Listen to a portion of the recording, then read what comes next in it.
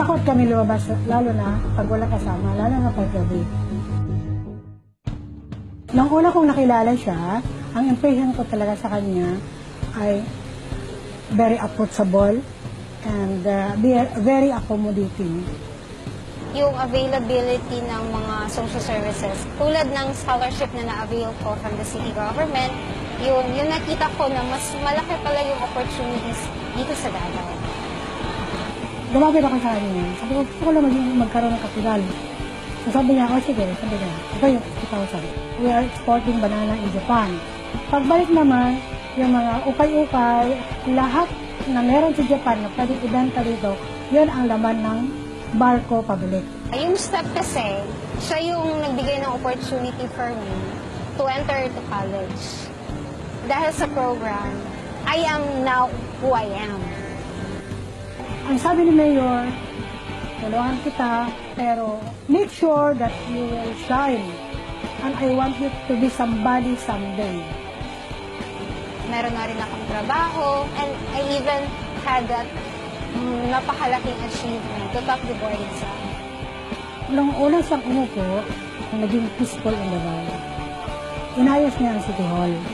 He invited businessmen para maglagay ng mga business nila sa Davao. Yung services ng Davao City is nabibigay talaga doon sa mga tao. Kasi pera yun ang bayan. Now, marami na kaming pantalan. At marami ng mga buildings, marami ng high-rise buildings.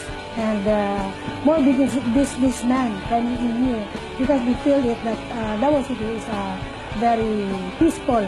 Regardless ng iba't ibang religion, iba't ibang tribo, pero Pilipino pa rin. So dapat magtulungan, magmahalan. Approachable and very accommodating. Yung availability ng mga social services, tulad ng scholarship na na-avail ko from the city government, yung nakita ko na mas malaki pala yung opportunities dito sa Davao. Lumapit ako sa kanya. Sabi ko, gusto ko lang magkaroon ng kapital. So sabi niya, oh sige, sabi niya, ito yung 50,000. We are exporting banana in Japan.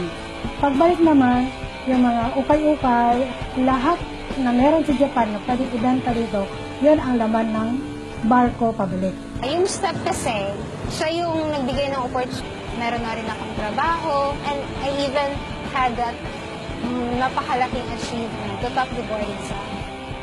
Nung una siyang umupo, naging peaceful in Davao. Inayos niya ang City Hall. He invited businessmen para Opportunity for me to enter to college. Dahil sa program, I am now who I am.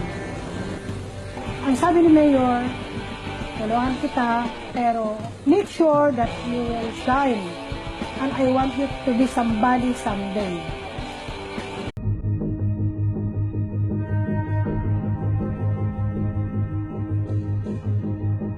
Takot kami lumabas, lalo na pag wala kasama, lalo na pag gabi. Nung una kong nakilala siya, ang impression ko talaga sa kanya ay very